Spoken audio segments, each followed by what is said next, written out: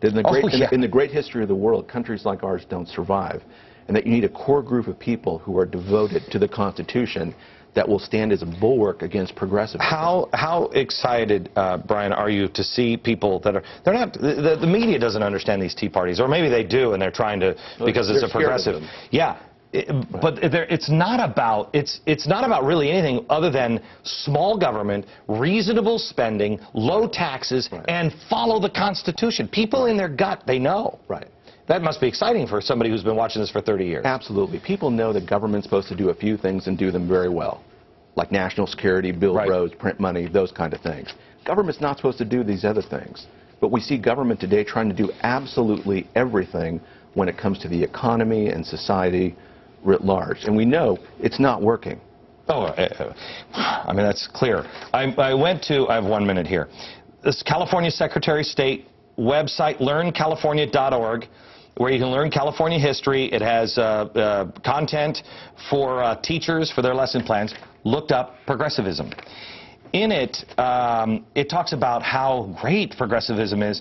In the progressive movement lies the roots of a strong liberal tradition in California, a liberalism that would no doubt horrify some of the rather conservative progressives. At the same time, the hopes of the leftist progressives. They hope that progressivism would be the first step in an evolutionary socialism. They may be a little disappointed, however. But the expanded activist government initiated by the progressives was a prerequisite for the welfare state, despite the fact that progressives concern themselves primarily with moral and political reform after the New Deal. It talks about how it is altering already much of the Constitution. They succeeded in altering the political mindset for the state.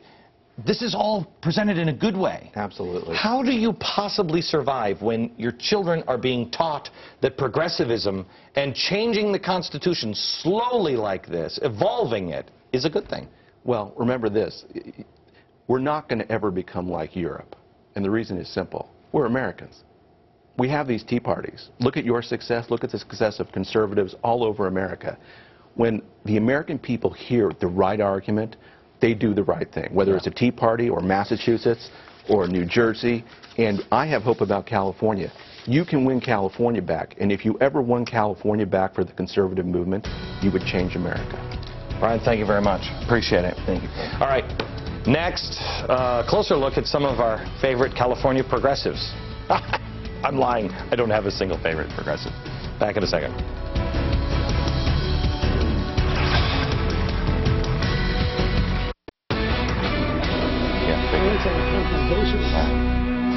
California has become quite a hotbed for all kinds of radicals, communists, socialists, all in the 1960s, but they were here before, progressives. Now eco-terrorists, they're here.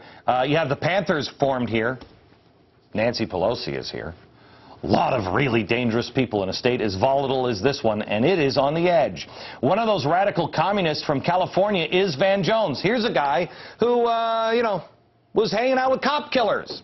He was a 9/11 truther.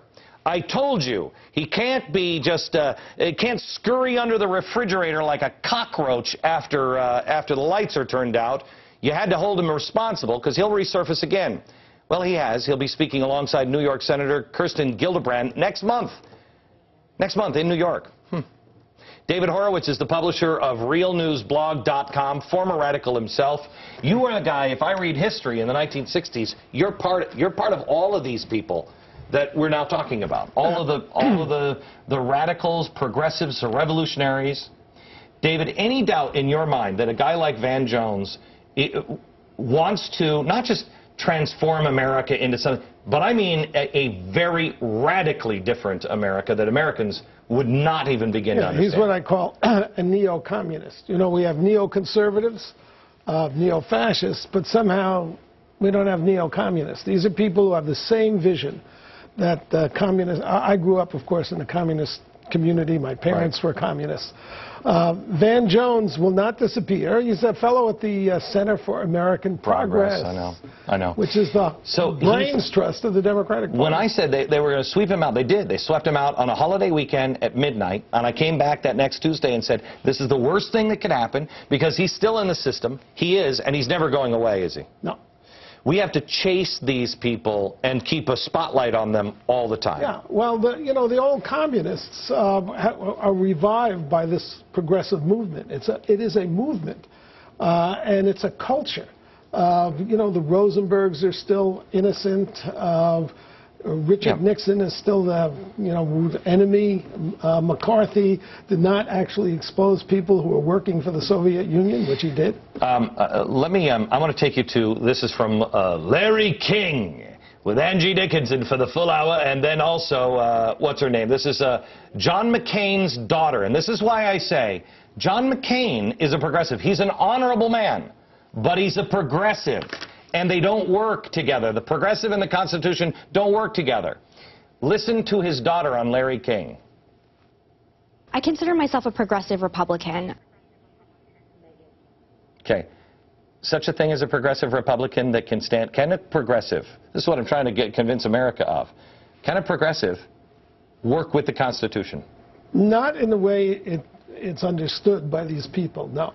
Okay. The Constitution is a conservative document.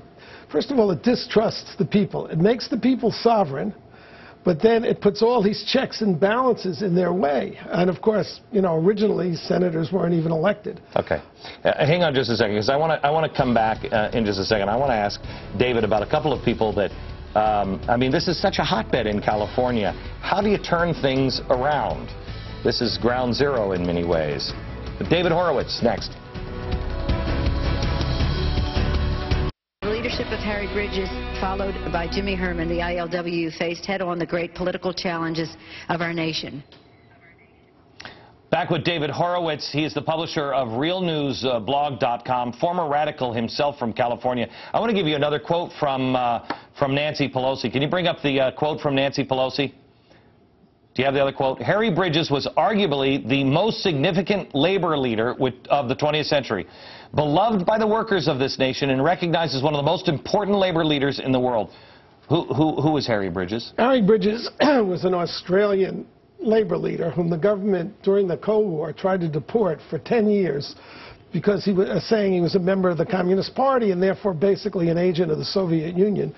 He denied it all the way. Then when the Berlin Wall fell and the Soviet archives were opened, it turned out he was on the Central Committee of the American Communist Party. He was one of the leaders of the Communist Party.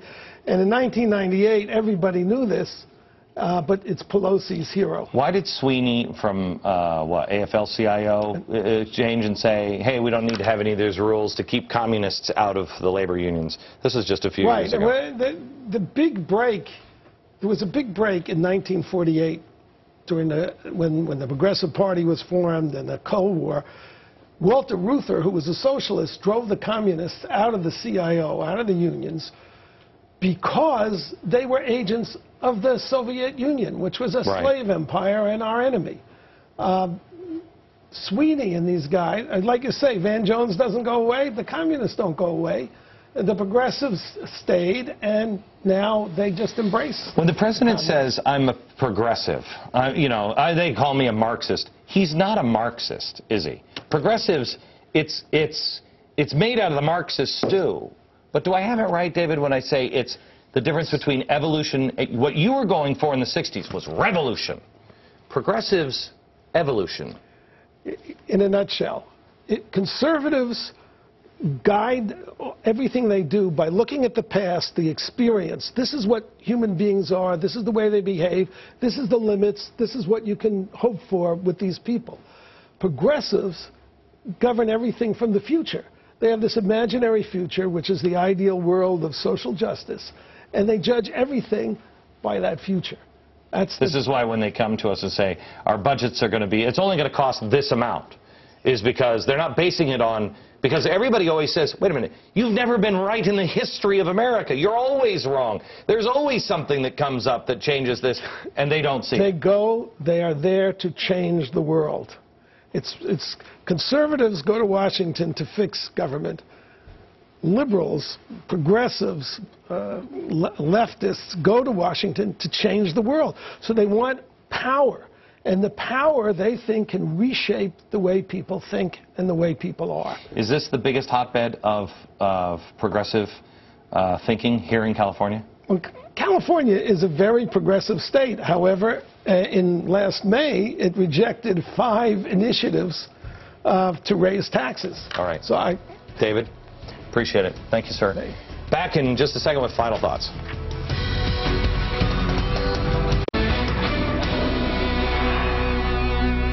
I can't thank you enough, America, for watching the program every day and meeting me here at 5 o'clock, especially people who are out here in the West. I mean, it's now 3 o'clock in the afternoon. I don't know why anybody's watching it. Get to work. What's wrong with California? We'll see you back here tomorrow from Los Angeles. Good night, America.